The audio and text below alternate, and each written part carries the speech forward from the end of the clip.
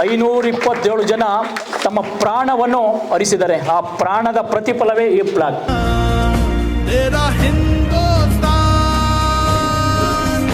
तुझे भूलेगा ना तेरा हिंदुस्तान, तुझे भूलेगा ना तेरा Hindustan. Haizdar Zaid Haizdar Zaid.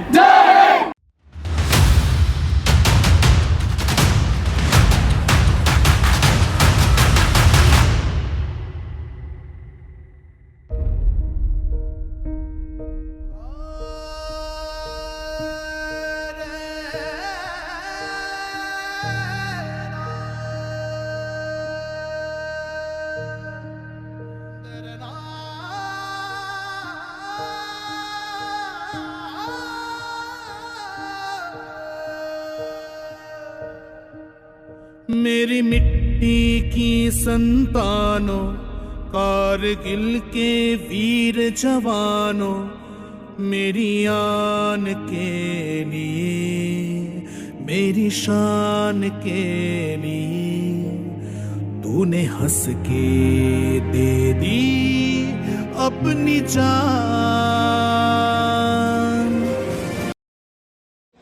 जय हिंद, जय हिंद. ಜೋಶ್ ಕಡಿಮೆ ಇದೆ. ನಮಗೋಸ್ಕರ ಪ್ರಾಣ ದಯ ಮಾಡಿದರೆ ಆದ್ರೆ ನಮ್ಮಲ್ಲಿ ಜೋಶೇ ಇಲ್ಲ. ಸೈನಿಕರ ಬಲಿದಾನ ಸಾಮಾನ್ಯ ಮಾತಲ್ಲ. ಜೈ ಹಿಂದ್, ಜೈ ಹಿಂದ್, ಜೈ ಹಿಂದ್. ನಮ್ಮ ಕರ್ನಾಟಕದಲ್ಲಿ ಇದು ಮೊದಲ ಬಾರಿಗೆ ಭಾರತ ದೇಶದಿಂದ ನೋಡ್ತಕ್ಕಂಥದ್ದು. ನಾನು ಭಾರತೀಯ ಸೇನೆಯಲ್ಲಿ 18 ವರ್ಷ ಕಮಾಂಡೋ ಆಗಿ ಸೇವೆ ಸಲ್ಲಿಸಿ ಬಂದಿದ್ದೀನಿ. 3 ಶತ್ರು ಹೊಡೆದಿದ್ದೀನಿ. ಸುಮಾರು ಕೆಲಸ ತುಂಬಾ ಸೇವೆ ಮಾಡಿ ಬಂದಿದ್ದೀವಿ. ಆದ್ರೆ ಭಾರತದಲ್ಲಿ ಈ ತರ ಕಾರ್ಗಿಲ್ ಯುದ್ಧ ಸ್ಮಾರಕದಿಂದ ನಮ್ಮ ಧ್ವಜವನ್ನ ಇಲ್ಲಿ ತನಕ ತಂದು ನಮ್ಮ ಯುವ ಪೀಳಿಗೆಗೆ, ನಮ್ಮ ನಾಗರಿಕರಿಗೆ ತೋರಿಸುವಂತ ಪ್ರಯತ್ನ ಯಾರು ಕೂಡ ಮಾಡಿರಲಿಲ್ಲ. ನಿಜವಾಗ್ಲೂ ನಮ್ಮ ಯುವ ಬ್ರಿಗೇಡ್ ತಂಡಕ್ಕೆ ದೊಡ್ಡ ಚಪ್ಪಾಳೆ. तुझे भूलेगा ना तेरा हिंदुस्तान, तुझे भूलेगा ना तेरा हिंदुस्तान, तुझे भूलेगा ना तेरा हिंदुस्तान.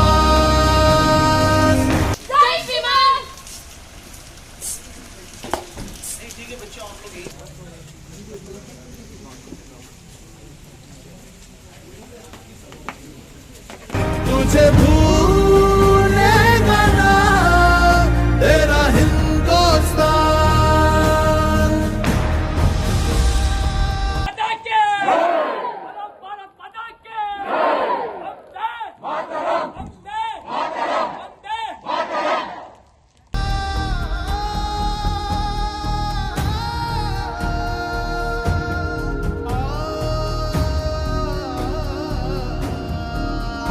बर्फीली उन चट्टानों पे तू शोला बन के लड़ता रहा. जिस्मों के जख्म नहीं देखे, बस आगे बढ़ता रहा. दुश्मन का हौसला चूर किया, उन्हें भारत माता की जय, भारत माता की जय. वंदे मातरम, वंदे मातरम. धन्यवाद.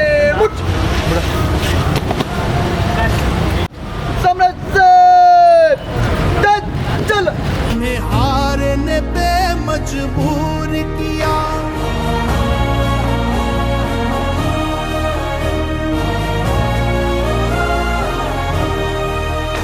जब गोली लगी तेरे सीने पे, तब ठहर गई मेरी सांसें. जब तूने मुझे अलविदा कहा तो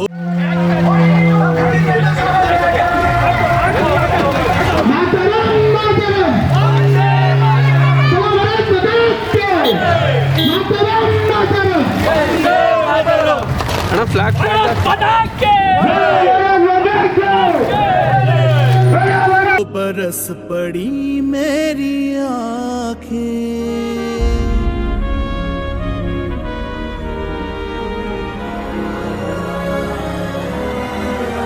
सूरज की तरह ताबिंदा है तू मर के।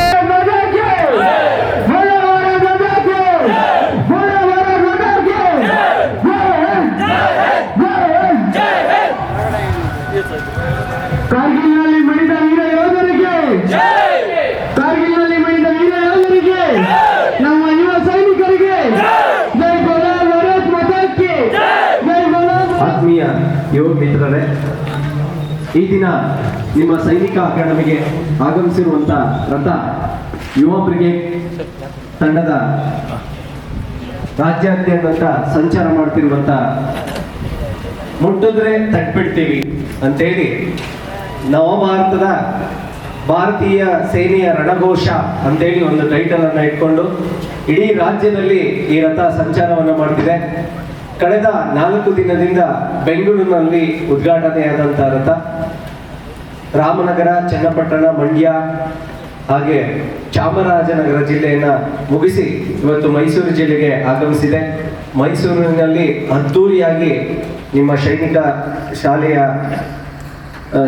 ಸರ್ ಅವರು ತುಂಬ ಭಾವುಕರಾಗಿ ಹೇಳ್ತಾ ಇದ್ದೀನಿ, ಅಷ್ಟು ಗೌರವಿತವಾಗಿ ರಥವನ್ನ ಸ್ವಾಗತವನ್ನ ಮಾಡಿದ್ದಾರೆ. ನಿಮ್ಗೆಲ್ರಿಗೂ ನಮ್ಮ ಯುವಕರಿಗೆ ನನ್ನ ವತಿಯಿಂದ ತುಂಬ ನಮಸ್ಕಾರಗಳನ್ನ ಅರ್ಪಿಸಕ್ಕೆ ಇಷ್ಟಪಡ್ತೇನೆ. भी तो जिंदा है मेरे खेतों में, खलिहानों में, तू लहराए मेरी फसलों में, तेरी ही झलक दिखे मुझको मेरी आने वाली नस्लों में।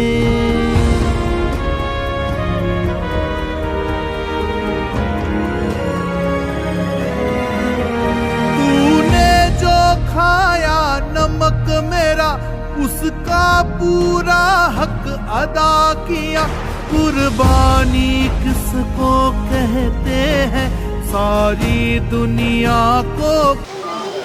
ಮುಖ್ಯ ನಾಯಕರಾಗಿರುವ ಚಕ್ರವರ್ತಿ ಸೂಲಿಬೆಲೆ ಅವರು ಭಾರತ ಸೇನಾಧಿಕಾರಿ ಹತ್ರ ಹೋಗಿ ಒಂದು ಪರ್ಮಿಷನ್ ತಗೋತಾರೆ.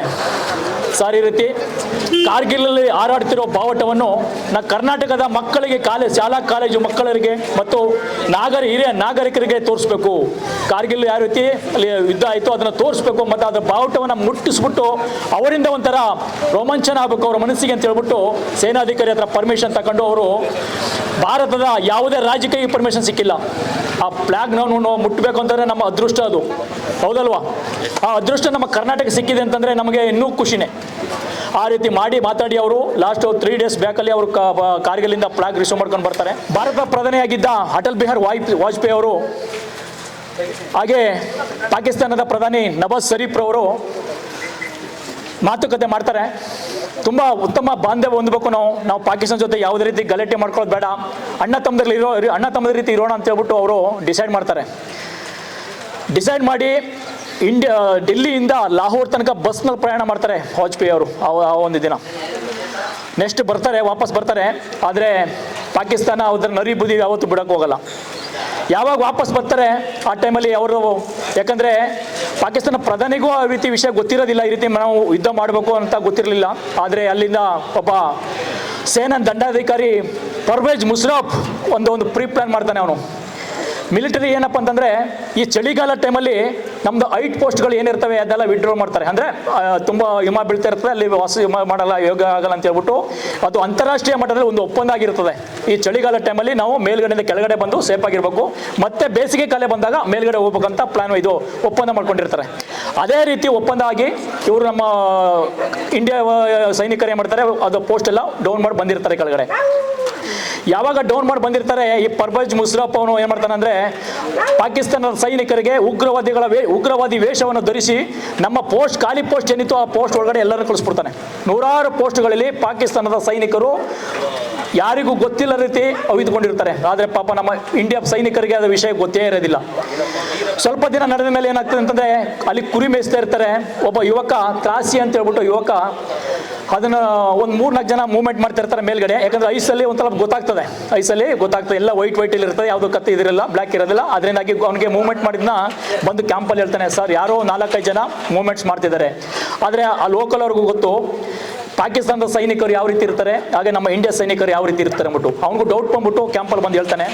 ತಕ್ಷಣ ನಮ್ಮ ಕ್ಯಾಂಪ್ ಕಮಾಂಡರ್ ಏನು ಮಾಡ್ತಾರೆ, 4 ಜನ ಸೈನಿಕರನ್ನ ಅಲ್ಲಿ ಮೇಲ್ಗಡೆ ನೋಡ್ಕೊಂಡು ಬನ್ನಿ, ರಿಕ್ಕಿ ಮಾಡ್ಕೊಂಡು ಬನ್ನಿ ಅಂತ ಕಳಿಸ್ತಾರೆ. ಯಾವಾಗ ನಮ್ಮ ಸೈನಿಕರು ಹೋಗ್ತಾರೆ ಮತ್ತೆ ವಾಪಸ್ ಬರೋದಿಲ್ಲ. ಮತ್ತೆ ಡೌಟ್ ಆಗ್ತದೆ. 2 ದಿನ ಆದಮೇಲೆ ಏನು ಮಾಡ್ತಾರೆ, ಕ್ಯಾಪ್ಟನ್ ಸೌರವ್ ಕಾಲಿಯ ನೇತೃತ್ವದಲ್ಲಿ ಒಂದು ಟೀಮ್ ಕಳಿಸ್ತಾರೆ. 8-10 ಜನ ಟೀಮ್ ಕಳಿಸ್ತಾರೆ. ಹೋಗ್ತಾರೆ ಮೇಲ್ಗಡೆ. ಹೋದಾಗ ಅವ್ರದ್ದು ಕಮ್ಯುನಿಕೇಷನ್ ಏನಿದೆ ಕಟ್ ಆಗ್ಬಿಡುತ್ತೆ. ಅವಾಗ ಡೌಟ್ ಬರ್ತದೆ, ಏನಪ್ಪ ಆಯಿತು. ಅವಾಗ ಕ್ಲಿಯರಾಗಿ ಗೊತ್ತಾಗ್ತದೆ. ಆದರೆ ಇಷ್ಟೊಂದು ಮಟ್ಟದಲ್ಲಿ ಎಲ್ಲ ಪೋಸ್ಟಲ್ಲಿ ಪಾಕಿಸ್ತಾನದ ಸೈನಿಕರು ಉಗ್ರವಾದಿ ವೇಷ ಧರಿಸಿಕೊಂಡು ಇದ್ದಾರೆ ಅನ್ನೋದು ನಮ್ಮ ಸೈನಿಕರಿಗೆ ಯಾರಿಗೂ ಗೊತ್ತಿರೋದಿಲ್ಲ. ಏನೋ ನಾರ್ಮಲ್ ಯಾರೋ ಉಗ್ರವಾದಿಗಳೊಂದು ಟೆರರಿಸ್ಟ್ 3-4 ಜನ ಒಂದು ಒಳಗಡೆ ಬಂದಿರ್ಬೋದು ಅಂತ ಡೌಟಲ್ಲಿ ಇರ್ತಾರೆ. ಆದರೆ ಮತ್ತೆ ಇನ್ನೊಂದು ಟೀಮ್ ಓದ್ಬೇಕಾದ್ರೆ ಫೈರಿಂಗ್ ಆ ಕಡೆ ಈ ಕಡೆಯಿಂದ ಎಲ್ಲ ಕಡೆ ಬರ್ತಾ ಇರ್ತದೆ.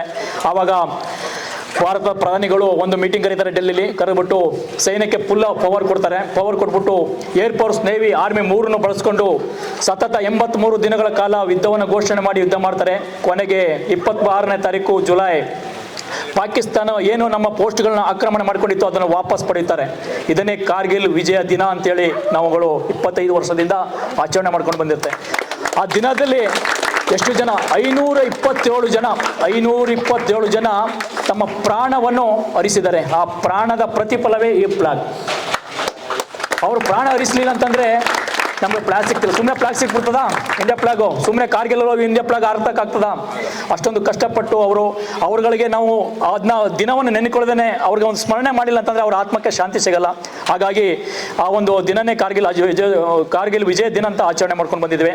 ಈ ಯುವಕರುಗಳು ನಿಮ್ಗಳಿಗೂ ಒಂದು ಮನಸ್ಸಲ್ಲಿ ಒಂದು ಹುಟ್ಟಬೇಕು, ಹೌದಪ್ಪ ನಾನು ಸೈನಿಕ ಸೇರಬೇಕು, ನಾನು ಸೋಲ್ಜರ್ ಆಗಬೇಕು, ನಾನು ಒಂದು ಇದಾಗಬೇಕು, ನನ್ನಿಂದ ಏನಾರು ಒಂದು ಸೇವೆ ಮಾಡಬೇಕು ಅಂತ ಮನಸ್ಸಲ್ಲಿ ಬರಬೇಕು. ಯಾಕಂದರೆ ಅವರು ಸ್ವಾರ್ಥಕ್ಕೋಸ್ಕರ ಅವ್ರು ಬಲಿದಾನ ಆಗಲಿಲ್ಲ, ದೇಶಕ್ಕೋಸ್ಕರ ಬಲಿದಾನ ಆಗಿದೆ. ಹೌದಲ್ವಾ?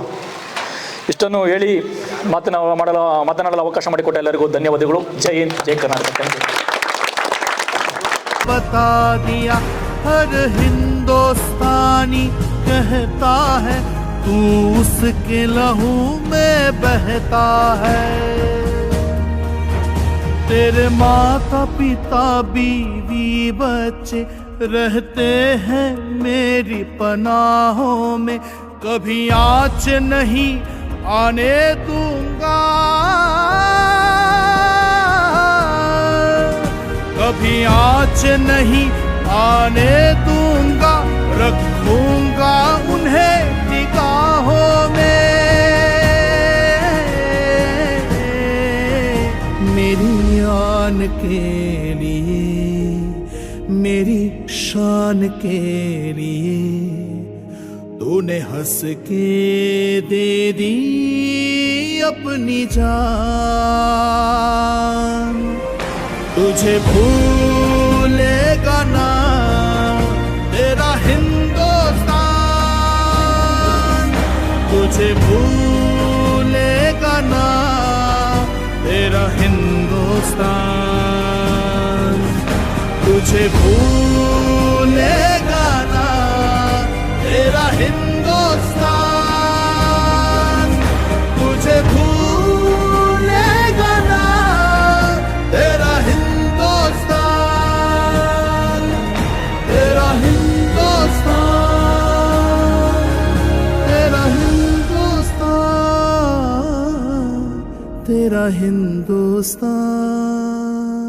माता की जय। ಓಟ್ಗಳಿಗೆ ಕೇಳಿಸ್ಬೇಕು. भारत माता की जय। भारत माता की जय। वंदे मातरम, वंदे मातरम, मातरम मातरम, वंदे मातरम, मातरम मातरम, वंदे मातरम। भारत माता की जय। हविष्ठा जोर, हविष्ठा